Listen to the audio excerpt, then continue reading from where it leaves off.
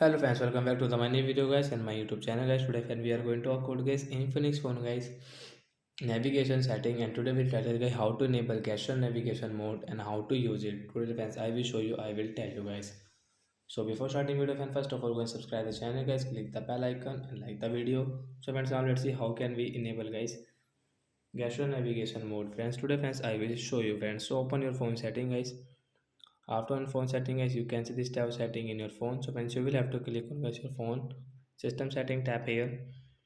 First click on system navigation guys, tap here. Then gesture navigation guys, you want to enable guys, you will have to click on gesture navigation, tap here. And friends, you can see back to the previous level swipe. Friends, you can see the settings. So man, how can you use friends? Don't worry friends, now I will show you. Suppose guys you are in setting, you want to back.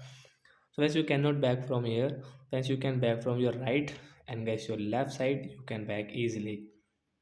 Right and left side back. Recently close app guys, you can do like that guys, and you can back from right and left side guys. So like that guys, we can enable gesture navigation mode in Infinix phone device and we can use it. Bye guys.